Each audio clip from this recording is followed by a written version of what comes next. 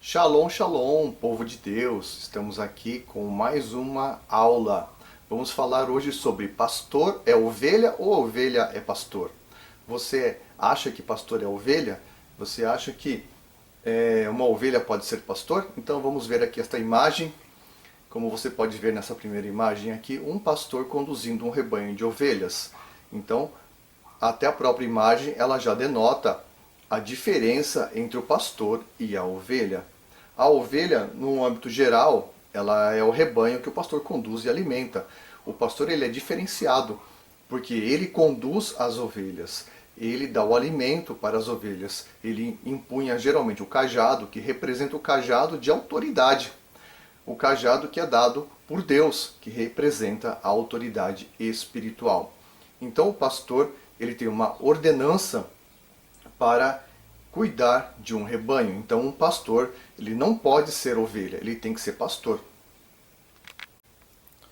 Então nós podemos ver aqui no Salmo 23, o Senhor é o meu pastor, Salmo de Davi.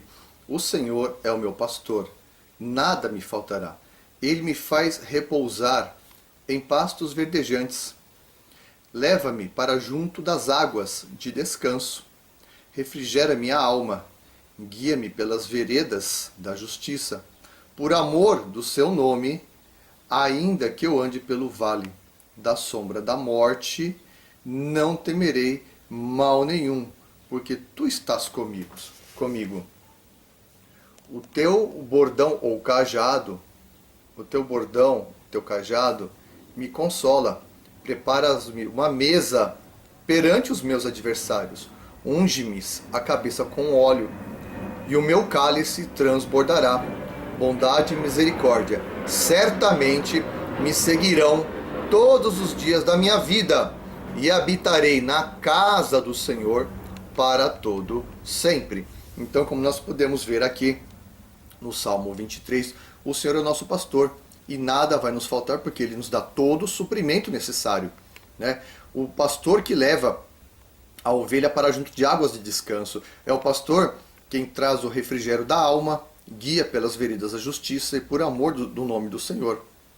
Então, o pastor ele é o responsável para guiar as ovelhas.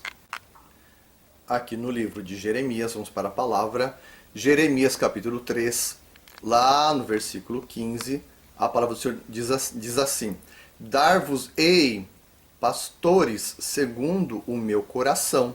Quem? Segundo o coração de Deus. Deus não está dizendo, vou dar ovelhas segundo o meu coração, vou dar pastores. Pastores para pastorear o rebanho de Deus, segundo o meu coração, que vos apacentem ou pastoreiem com conhecimento e com inteligência. A palavra do Senhor diz no livro de Jeremias, no capítulo 3, no versículo 15, na Bíblia King James atualizada, em seguida vos darei governantes de acordo com o meu coração, que vos dirigirão com sabedoria e entendimento, como bons pastores, e não como boas ovelhas, mas sim pastores. Então, meus queridos, como a gente pôde ver, Deus ele preparou pastores segundo o coração dele, como nós lemos lá em Jeremias no capítulo 3, que ele nos dará pastores que nos apacentem segundo o seu conhecimento e com inteligência. Então, o que acontece? Deus ele dá esse atributo para certos homens, o que? Ele dá esse encargo, ele atribui esta unção pastoral sobre a vida de pessoas que vão cuidar do rebanho de Deus. São ordenados pastores que têm a autoridade espiritual para poder guardar o povo de Deus, as ovelhas do Senhor. Então a missão do pastor é o quê? Ele recebe a palavra de Deus e ele entrega para o seu rebanho, como nós lemos lá no Salmo 23, que leva a águas tranquilas, que dá pasto verdejante. Esse pasto é o quê? É a palavra, o pasto é o alimento. Então, o pastor ele tem que ter um excelente conhecimento desse pasto aqui. Ele tem que se alimentar dessa grama aqui, digamos assim, a palavra de Deus, a água da palavra, para entregar a água da palavra para as suas ovelhas. Então, a missão do pastor ela é muito importante. Então o pastor ele não pode ser uma pessoa neófita na fé, ele não pode ser uma pessoa inexperiente, mas o pastor ele tem que ser uma pessoa o quê? Experiente na fé, uma pessoa que tem uma ordenação pastoral sobre a vida dele e tem que ter um chamado específico de Deus sobre a sua vida. O maior exemplo que nós temos de pastor é o cabeça da igreja, que é o próprio Jesus Cristo. A Bíblia fala que Jesus ele é o nosso pastor e bispo das nossas almas. Então, quando nós recebemos uma ordenação de pastor, nós não podemos abandonar o nosso chamado, não podemos abandonar o nosso local de pastoreio, porque Deus ele nos deu uma incumbência, nos deu uma responsabilidade referente ao seu rebanho. Para nós entendermos o que significa não deixar a posição, vamos ler Levítico no capítulo 10, aqui no versículo 7. Não deixareis a entrada da tenda do encontro, para que não morrais, visto que fostes ordenados com bálsamo sagrado da unção. Virando a página aqui. E eles fizeram tudo conforme Moisés lhe ordenara. Como você pode observar no livro de Levíticos, no capítulo 10, no versículo 7, fala para que o sacerdote não deixe a tenda do encontro, porque ele tem uma ordenança sobre a vida dele. Ele tem a ordenança do óleo sobre a cabeça da unção. O que significa isso? Que o sacerdote não pode abandonar o seu posto, não pode abrir mão da sua autoridade espiritual, do seu cajado. Então o que acontece? A morte. Então Deus falou para ele, para que não morrais, para que o sacerdote não morra na presença de Deus, ele não pode abandonar o seu posto. E o que nós vemos, infelizmente, nos dias de hoje, é muitos sacerdotes, pastores, bispos e apóstolos que abandonam os seus postos e por isso vem a depressão, vem a morte, aí a pessoa se suicida e se mata e fala, mas é doença, não é doença, é falta de posicionamento, porque Deus exige santidade. No livro de Levíticos, no capítulo 10, vamos ver a morte de Nadab e Abiú. Nadab e Abiú, filhos de Arão, pegaram cada um o seu queimador de incenso e colocaram o incenso dentro. Puseram fogo e apresentaram a Deus, o Senhor, com oferta. Contudo, não fizeram isso de acordo com as leis de Deus. E por isso ele não aceitou a oferta deles. De repente, partiu de diante do Senhor uma labareda que os aniquilou, e pereceram ali mesmo, onde Deus estava. Disse então Moisés a Arão, foi isso que o Senhor declarou, quando disse, aqueles que se aproximam de mim devem honrar minha santidade, e diante de todo o povo demonstrou a minha glória. Arão, contudo, guardou silêncio. Como nós vimos em Levítico capítulo 10, dos 4 filhos de Arão, 2, que era Nadab e Abiú, eles se aproximaram de Deus de forma irreverente, não de acordo com a lei do momento daquele tempo. E eles foram fulminados pelo fogo de Deus, porque eles sendo sacerdotes, eles foram tratados diretamente como sacerdotes. O que eu quero dizer para você? Que Deus ele trata a ovelha como ovelha, ele usa os pastores para cuidar das ovelhas. E o sacerdote, aquele que tem o óleo da unção sobre a cabeça, esse óleo da unção, ela é irrevogável. Quando você recebe uma ordenação, uma unção sobre a tua vida, é para a tua vida toda. Não tem como a pessoa dizer, eu sou ex-pastor, ex-bispo, ex-apóstolo. Não tem isso. A pessoa pode se desviar dos caminhos do Senhor, mas isso vai acarretar para ela o quê? A morte. Não a morte, como nós vimos aqui, que vem o fogo e consome a pessoa e destrói ela em 1000 pedacinhos. Não. Mas a morte espiritual, e ela torna-se infrutífera e não tem mais, e não exerce mais autoridade espiritual. Ok, vamos para a Bíblia novamente, Romanos capítulo 11, lá no versículo 29, porque os dons e a vocação de Deus são irrevogáveis. Elas não podem ser revogadas. Elas são permanentes, elas são irrevogáveis. E na versão King James, O mesmo capítulo 11, no versículo 29, porque os dons e o chamado de Deus são irrevogáveis. Então, não tem, aqui está bem claro o que a palavra quer dizer, não tem, você está interpretando de um jeito, eu interpreto de outro. Não, não, meu querido.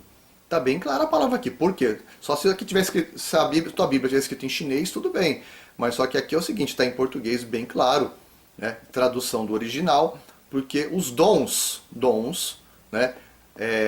Apóstolos, profetas, evangelistas, pastores e mestres são dons ministeriais, e o chamado que é a vocação, como eu falei lá, de Deus são irrevogáveis. Então, como nós podemos ver no livro de Romanos, no capítulo 11, no versículo 29, os dons de Deus, a vocação, o chamado de Deus é irrevogável. O que é uma coisa irrevogável? Que o homem não pode revogar, não pode simplesmente tirar. Eu cansei de ser pastor, eu cansei de ser bispo, então eu vou parar de brincar de igreja e vou cuidar da minha vida, né? Cansei. Tem pessoas que usam esses argumentos para quê? Para fugirem, para se eximirem da sua responsabilidade. Eu enfrento muita luta, muita perseguição, porque pastor e bispo apóstolo recebem muita perseguição e não sei o que. Eu enfrento muita guerra, eu enfrento muita luta e não sei o que. Aí ele quer falar assim, eu sou ovelha, eu preciso voltar à condição de ovelha e não sei o que. Eu preciso ser pastoreado. Meu querido, deixa eu já falar para você. Se você tem um dom de pastor, um chamado de Deus, o óleo sobre a tua cabeça, quem vai pastorear você é Jesus Cristo. Porque se você chegou ao encargo de pastor, você recebeu essa ordenança, é porque Jesus confiou isso para você. E um pastor, um bispo, um apóstolo, ele não é ordenado sendo neófito na fé, mas sim uma pessoa madura na fé. É uma pessoa que tem carregar o peso da responsabilidade nos seus ombros, que vai carregar a responsabilidade. Ele não pode voltar para trás, ele não pode revogar esta unção e voltar a ser ovelha. Um dia ele foi ovelha sim, mas aí ele cresceu na fé, ele amadureceu, ele cresceu na palavra, ele teve uma consistência, ele cresceu, ele chegou ao ponto de uma maturidade espiritual, ao ponto de ser ordenado pastor. E aí quem vai pastorear você, meu querido? Jesus Cristo. Jesus é o seu pastor. Por isso que você tem que meditar de dia e de noite nesta palavra. Para quê? Para você dar esse alimento para as suas ovelhas. Por quê? Porque tem muita ovelha que sai de um passo e vai para o outro. Porque o passo daquele rebanho talvez seja muito fraco. Mas você precisa se alimentar. O pastor tem que se alimentar da palavra de Deus, que é a água e que é o alimento. Sabe quando entra a morte espiritual no ministério de um pastor, de um bispo? Quando ele abandona a sua posição, quando ele abandona o seu chamado, como nós vimos lá no livro de Levítico, quando o sacerdote ele abandona a sua posição, ele morre. Nós podemos ver Elias, lá no capítulo 19 de 1 Reis, quando ele enfrentou os 450 profetas de Baal. O que aconteceu? Jezabel o ameaçou. Jezabel veio com ameaças sobre a vida dele. E aí o que ele fez? Ele saiu do posto dele. Ele abandonou a posição dele porque ele temeu a ameaça de Jezabel. Agora, se Elias ele dissesse assim, Jezabel, você está me ameaçando cortar minha cabeça? Então, espera um minutinho que eu vou aí matar você pela mão do Senhor. Se ele tomasse essa postura, com certeza, eles teriam aniquilado Jezabel. Mas ele voltou para trás por conta de uma ameaça. Vamos lá, 1 Reis, no capítulo 19. Então, o rei Acabe contou a sua esposa Jezabel tudo o que realizara Elias, e como passara o fio da espada todos os profetas de Baal. Diante disso, Jezabel mandou um mensageiro a Elias com o seguinte recado: que os deuses me façam sofrer as piores desgraças. Se até amanhã, a estas horas, eu não fizer com a tua vida o que fizeste com os profetas. Assim que Elias recebeu este aviso, ele fugiu, ele saiu da posição dele, fugiu para salvar sua própria vida, ou seja, ele ficou com medo da ameaça da Jezabel. salvar sua própria vida, chegando a Berseba, que pertence a Judá, e deixou ali o seu servo. Quanto a ele, fez pelo deserto a caminhada de um dia e foi sentar-se debaixo de um pé de giesta, uma espécie de arbusto, e ali orou, pedindo para si o que? A morte. Olha aí, dizendo: Ah, basta, ó Yahvé, Senhor, meu Senhor Yahvé, basta, retira minha vida, pois não sou melhor do que meus pais. Então nós podemos... É uma questão lógica. Se ele orou e Deus respondeu com fogo para livrar ele de mais de 400 profetas de Baal, como que Deus não ia livrar Elias de uma mulher, de uma pessoa? Para você ver como foi uma atuação espiritual, como ele se permitiu sair da sua posição. Quando você sai da sua posição, o que acontece? A morte, ela se apodera de você. Por isso que tem tanta gente que está aparentemente bem, aparentemente nas igrejas, e se suicidam. Por quê? Eles deixam a sua posição espiritual, e no coração deles eles já deixaram a sua posição espiritual. Então o que nós temos que fazer é manter a posição. Elias, ele pediu para si a morte, né? Tanto é que Deus falou para ele assim, aliás, Deus mandou o anjo lá com alimento do céu, água e pão fresquinho. Para quê? Para ele comer aquela comida e ele continuar a andar. E dando sequência aqui, lá no versículo 5 de 2 Reis, no capítulo 19, deitou-se e dormiu, e ali mesmo, sob aquela giesta, mas eis que um anjo o tocou e lhe disse: Levanta-te e alimenta-te. Abriu os olhos, olhou ao redor, e eis que ali, junto à sua cabeceira, havia um pão quente que fora assado sobre pedras em brasa, uma vasilha com água fresca. Olha aí, pão do céu e água do céu, ó.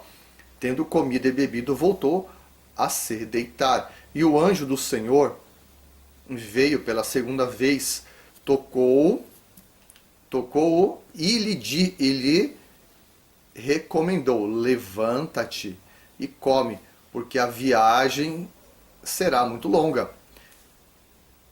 Então se levantou, comeu e bebeu, fortalecido com aquele alimento. Viajou 40 dias e 40 noites até chegar ao Sinai, em Horebe, o monte de Deus, e ali entrou numa caverna.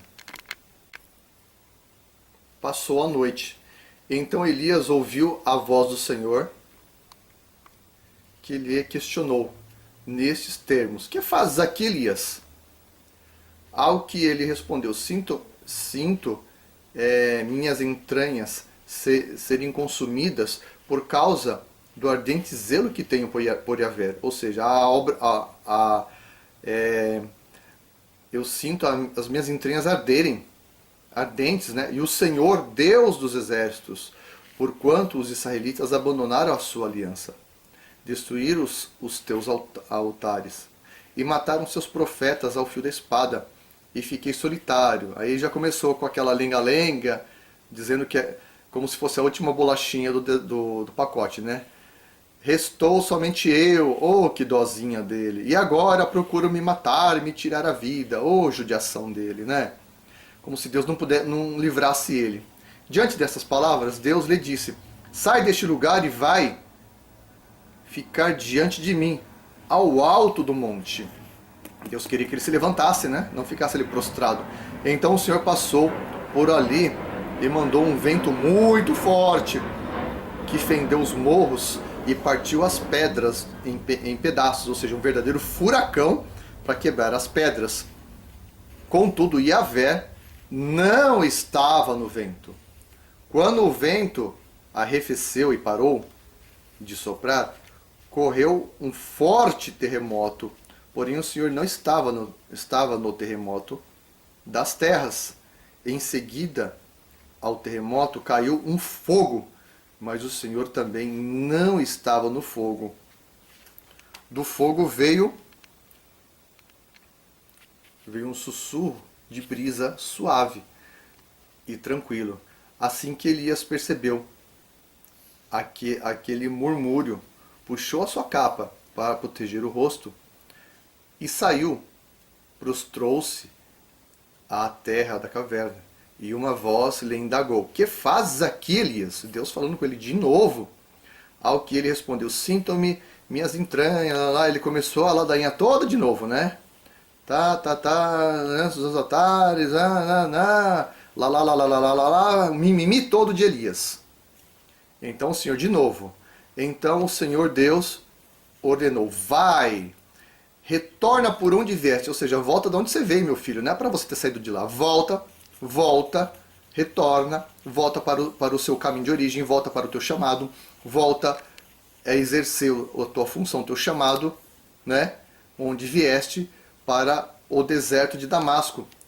Quando chegares lá, ungirás a Azael como rei da Síria, e a Jeú, filho de Ninsi, ungirás rei de Israel, e a Eliseu, filho de Safate, na cidade de Abel-Meolá, ungirás para ser profeta em teu lugar. Quem escapar à espada de Azael, Jeú matará. E o que fugir da espada de Jeú, Eliseu o matará. Aí você acha que Deus ia levantar um pastor para pastorear Elias? Você acha que Deus ia pegar Elias e fazer: ô, coitadinha da ovelhinha de Elias, ô, bilu bilu, eu vou fazer uma mamadeira para você, meu queridinho. Que nada, Deus deu logo um cacete nele, né? Deus logo uma bordoada na orelha de Elias, mandou o anjo lá: come a comida do céu, come o pão, beba da água, né? O pão e a água, que é a palavra do Senhor. Mandou para Elias, ó, a palavra. Mandou a palavra para ele. Literalmente, ele comeu e bebeu, e com a força daquela comida, que era espiritual, ele andou 40 dias e 40 noites. E Deus falou assim: volta para o caminho de onde você veio, não é para você ter saído de lá. Não é para você ter abandonado o teu chamado. Não era para você abandonar a tua vocação. Não é para você sair da tua vocação achando que você enfrenta guerras e lutas e ameaças. Elias enfrentava ameaças de morte. Jesus falou assim: eis que vos envio, eis que enviou ovelhas para o meio de lobos, né? Eis que vos envio ao meio de lobos. Ou seja, vocês estão em ameaça constante do diabo. O que Jesus fez com as duas pessoas que o traíram? Judas Iscariotes e Pedro. Aliás, Judas ele se suicidou, não tinha muito o que fazer, porque ele se matou, não teve arrependimento. Mas quando Pedro, ele traiu Jesus e ele foi embora, o que Pedro fez? Pedro abandonou o chamado dele. Pedro abandonou o chamado dele e voltou a pescar, voltou a ser o que ele era antes, né? Ele quis voltar a ser ovelhinha, só que não deu certo, porque Jesus foi atrás dele, e veja no que deu. Lá no livro de João, no capítulo 21, no versículo 15 em diante, Pedro é restaurado por Jesus, porque Pedro ele traiu a Jesus. Então Jesus disse assim, a palavra do Senhor: assim, após tomarem o de jejum, Jesus questionou a Simão Pedro: Simão, filho de João, tu me amas mais do que estes outros? Respondeu ele: sim, sim, Senhor, tu sabes que te amo. Jesus encarregou: cuida dos meus cordeiros. Outra vez, Jesus lhe perguntou: Simão, filho de João, tu me amas? E ele afirmou: sim, Senhor, tu sabes que te amo. Jesus lhe confiou: pastoreia as minhas ovelhas, ou apacenta, que é a mesma coisa. Pela terceira vez, Jesus perguntou: Simão, filho de João, tu me amas? Pedro ficou angustiado por Jesus haver perguntado pela terceira vez: tu me amas? E assegurou-lhe: Senhor, tu conheces todas as coisas e sabe que eu te amo. Comissionou Jesus: apacenta as minhas ovelhas. Em verdade, eu te afirmo, quando eras mais jovem, tu te vestias a ti mesmo e ias para onde desejavas, mas quando chegares à velhice, estenderás as mãos, e outra pessoa te vestirá e te conduzirá para onde tu não queres ir. Lá no capítulo 21, no versículo 3, Simão Pedro disse-lhes: Vou pescar. E eles o encorajaram: nós vamos contigo também. Saíram e logo entraram no barco, mas naquela noite nada pegaram. Entretanto, ao clarear da manhã, estava Jesus na praia. Mas os discípulos não perceberam que era ele. E Jesus lhe perguntou: Moços, tendes aí alguma coisa para comer? E eles lhe responderam: Não. Então Jesus orientou-os: Lançai a rede ao lado direito do barco,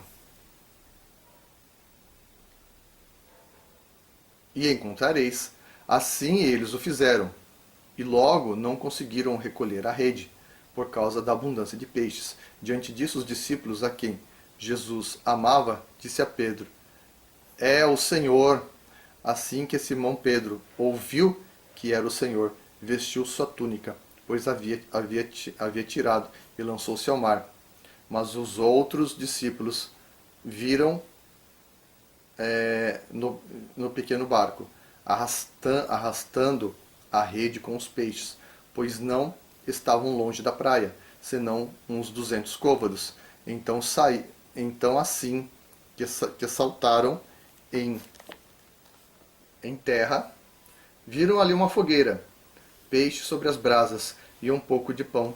E Jesus lhes pediu: Trazei-me alguns dos peixes que acabastes de pescar. Simão Pedro entrou no barco e arrastou a rede para a terra. Ela estava cheia de 153 grandes peixes, e mesmo com tantos peixes, a rede não se rompeu. Então Jesus convidou: Vinde e tomai vosso de jejum. E nenhum dos discípulos tinha coragem de indagar-lhe: Quem és tu?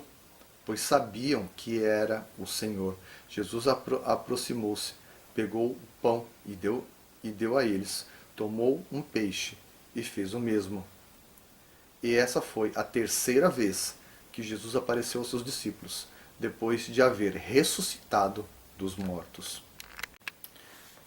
E aqui nós podemos ver no caso de Pedro e alguns dos discípulos, depois da terceira vez que Jesus apareceu a eles, depois que Jesus já havia ressuscitado dos mortos, ele foi atrás de Pedro, porque Pedro ele tinha abandonado Jesus, ele tinha traído Jesus, ele fugiu, né, da presença de Cristo, porque todos os discípulos abandonaram Jesus no momento da crucificação. E Pedro foi fazer o quê? Ele voltou à sua vidinha normal de pescador. Ele voltou a pescar, tanto é que Jesus chegou até eles e falou: lançai a rede. E eles lançaram e pegaram 153 grandes peixes. E aí Jesus, ele chegou para Pedro e disse: Tu me amas? E Pedro: Tu sabes que eu te amo. Falou 3 vezes para ele. E qual foi a comissão que Jesus fez para Pedro? Vai e pastoreia ou apacenta as minhas ovelhas, porque você tem uma unção sobre a tua vida, você foi comissionado para isso. Jesus não foi lá falar para Pedro: Ô minha ovelhinha querida, eu vou dar um pastor para cuidar de você. Não, Jesus foi direto na veia, foi direto ao assunto. Falou: Pedro, é o seguinte, vai trabalhar. Então é o que eu falo para você: pastor, você não é ovelha, você é um homem de Deus. Bispo, apóstolo, você é um homem de Deus, tem um chamado, tem uma unção, tem um óleo sobre a tua cabeça, você tem uma ordenança sobre a tua vida. Então você não é ovelha, você foi chamado para pastorear, apacentar o rebanho de Deus. Então seja imbuído da sua responsabilidade, imbuído da sua vocação celestial, e vai executar o chamado de Deus, para que você possa ter as suas pedras na sua coroa, e não seja aquela pessoa que vai governar de sorte da ganância, mas seja uma pessoa que vai governar de coração puro, de coração limpo, para poder levar as ovelhas do Senhor. Pastorear o rebanho de Deus que não é seu, mas é do Senhor. A igreja não é nossa, a igreja pertence a Jesus. Nós somos mordomos, nós temos uma vocação, nós temos uma incumbência de poder cuidar do rebanho de Deus. Não fuja da sua responsabilidade, pastor, bispo, apóstolo. Se a caminhada está sendo demasiadamente difícil ou pesada para você, está sendo com muita guerra, muita luta, então faça o seguinte: peça ao Senhor os trabalhadores que Ele vai acrescentar para a obra. Né? É o Senhor que é o dono da obra, o Senhor que é o dono da prata e do ouro. O Senhor vai enviar trabalhadores para lhe ajudar, vai enviar auxiliadores para lhe ajudar a poder carregar a obra do Senhor. Tanto é que quando Moisés ele quis fazer tudo sozinho, o que aconteceu? Ele recebeu uma orientação do seu sogro Jetro, dizendo: Moisés, se você continuar nessa pegada, você vai sucumbir. Então, prepara homens que tenham capacidade, homens maduros na fé, né? Levanta homens maduros na fé para lhe ajudar a você carregar a carga nos ombros. E aí, o que Moisés fez? Ele separou 70 homens dos cabeças das tribos. Para quê? Para comissioná-los para esta obra, para que eles pudessem ser superintendentes da obra, ou seja, como se fossem bispos da obra, para que pudessem carregar a carga junto com Moisés. Aqui no livro de Números, no capítulo 11, lá no versículo 16, a palavra do Senhor diz assim: Disse o Senhor a Moisés: Ajunta-me 70 homens dos anciãos de Israel, que sabem serem anciãos e superintendentes do povo, e os trarás perante a tenda da congregação, para que assistam ali comigo. Então descerei ali e falarei contigo. Tirarei do espírito que está sobre ti e porei sobre eles. E contigo levarão a carga do povo, para que não a leves tu somente. Então nós podemos ver que Moisés ele levantou 70 superintendentes, a saber, bispos da obra de Deus. Né? Vamos ver aqui, o bispo do grego, do antigo, que quer dizer episcopos, no latim episcopus, inspetor, diretor, superintendente ou literalmente supervisor. Né? Então nós podemos ver que o bispo ele é chamado para ser um superintendente. Então aquele que superintende é o bispo. O bispo tem esta função para superintender. Então nós vemos aqui que no Wikipédia temos essa conotação referente ao que significa a função do bispo. E lá no livro de Atos, no capítulo 20, no versículo 28, a palavra do Senhor nos diz assim: Atendei por vós e por todo o rebanho sobre o qual o Espírito Santo vos constituiu bispos para pastoreardes a igreja de Deus, da qual ele comprou com o seu próprio sangue. É para pastorear a igreja, não é para ser pastorear pastores, porque tem uma doutrina religiosa evangélica aí que inventaram por algumas igrejas neopentecostais que o bispo ele é pastor de pastores. Está completamente errado. A palavra nos ensina que o bispo ele é para pastorear a igreja de Deus, é para ser um pastor. Então bispo e pastor têm a mesma conotação, a mesma função. A função do bispo é trazer um ensino, é para supervisionar a obra de Deus, é para superintender sobre a obra de Deus e ser uma grande bênção e pastorear o rebanho de Deus. Na Bíblia King James, o livro de Atos, no capítulo 20, no versículo 28, diz o seguinte: Concluído, tende cuidado de vós mesmos e de todo o rebanho sobre o qual o Espírito Santo vos estabeleceu como episcopos para pastoreardes a igreja de Deus, que ele comprou com o sangue do seu Filho unigênito. Episcopos, como nós lemos lá no Wikipédia, a palavra episcopos, que vem do latim, né? Episcopos, que vem episcopos, que é do grego, que significa superintendente ou bispo. Então, aqui nessa versão está episcopos, ou seja, bispos ou superintendentes para pastorear a igreja de Deus. No livro de 1 Pedro, no capítulo 2, no versículo 25, afinal, vivis como ovelhas desgarradas, porém agora fostes convertidos ao pastor e bispo ou episcopo de vossas almas, que é Jesus Cristo. Primeiramente, Jesus ele é pastor. Primeiro, Jesus ele pastoreia, ele apacenta. Depois, ele administra, ele supervisiona, porque o bispo é um supervisor. Então, Jesus, primeiramente, a função dele é pastorear e depois supervisionar a sua vida. Então essa é uma dupla função.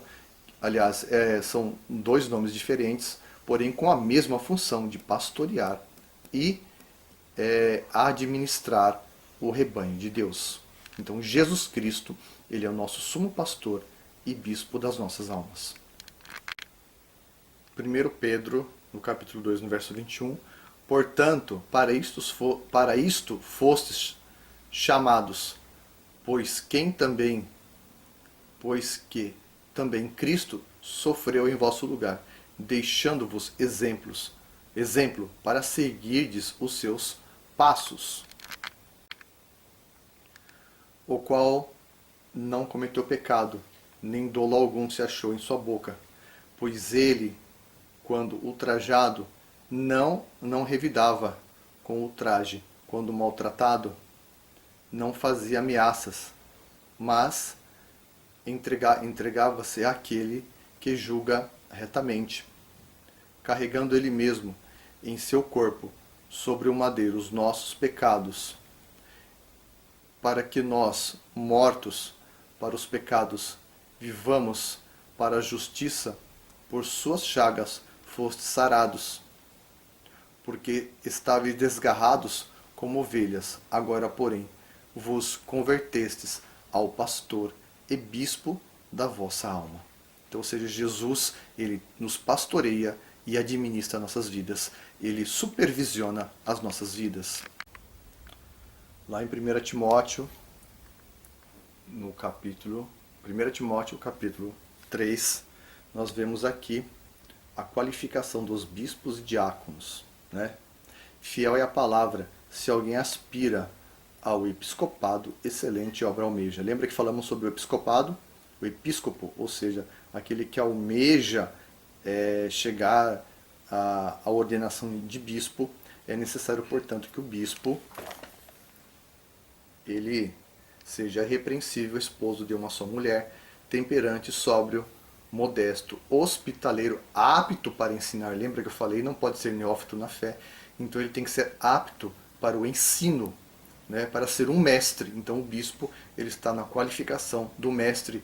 Quando nós lemos lá em Efésios, no capítulo 4, no versículo 11, que o Senhor deu uns para apóstolos, profetas, evangelistas, pastores e mestres para o ensino, não dado ao vinho, não violento, porém cordato, inimigo de contendas, não avarento, e que governe bem a própria casa, criando os filhos sob disciplina, com todo respeito. Pois se alguém não sabe governar a própria casa, como cuidará da igreja de Deus? Lembra que nós lemos em Atos 20, 28, que o bispo ele pastoreia a igreja de Deus, então ele tem que primeiramente pastorear a sua casa. Não seja neófito, para não suceder que se ensoberbeça e incorra na condenação do diabo. Ou seja, o que é o neófito? É justamente aquele homem de Deus que é imaturo na fé.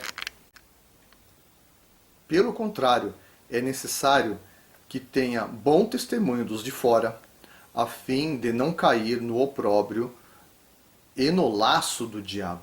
Semelhantemente, quanto a diáconos, é necessário que sejam respeitáveis de uma só palavra, não inclinados a muito vinho, não cobiçosos de sorte da ganância, conservando o mistério da fé com a consciência limpa.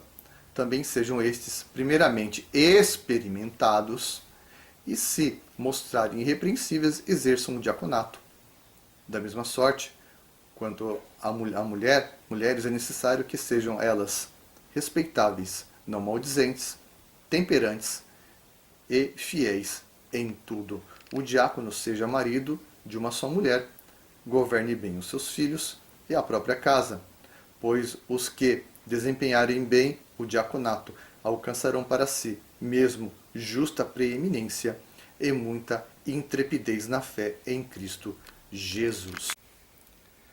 Então você pode ver aí junto comigo, né, aqui no livro de Timóteo, que eu acabei de ler com você, no capítulo 3, que fala sobre as qualificações dos bispos e diáconos.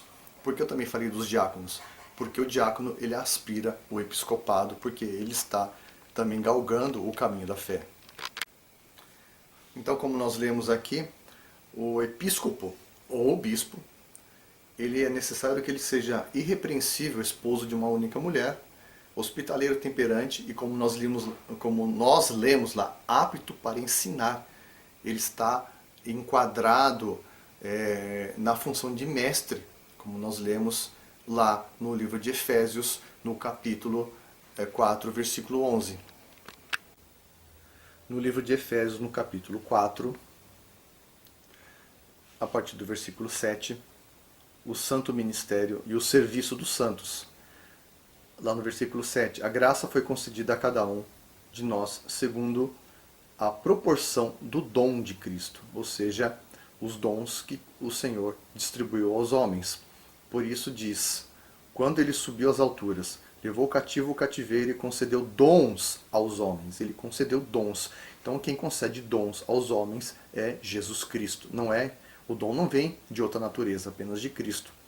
Ora, que quer dizer subiu, senão que também havia descido até as regiões inferiores da terra?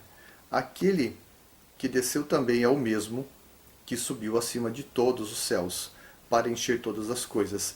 Ele mesmo concedeu uns para apóstolos. Olha os dons ministeriais aqui, que nós acabamos de ler. Uns para apóstolos, outros para profetas, outros para evangelistas, outros para pastores e mestres. Os bispos se enquadram nos mestres, como nós lemos lá no livro de Timóteo, capítulo 3, que o bispo ele é apto para ensinar. Então a função de mestrado está aqui com os bispos, com vista ao aperfeiçoamento dos santos. Ou seja, esses dons ministeriais servem para quê? Para aperfeiçoar a Igreja de Cristo, aperfeiçoar os santos, para o desempenho do seu serviço, ou seja, para desempenhar bem cada um na sua função, para a edificação do corpo, não para a competição do corpo, não para a competição, mas para edificar o corpo de Cristo, até que todos cheguemos à unidade da fé.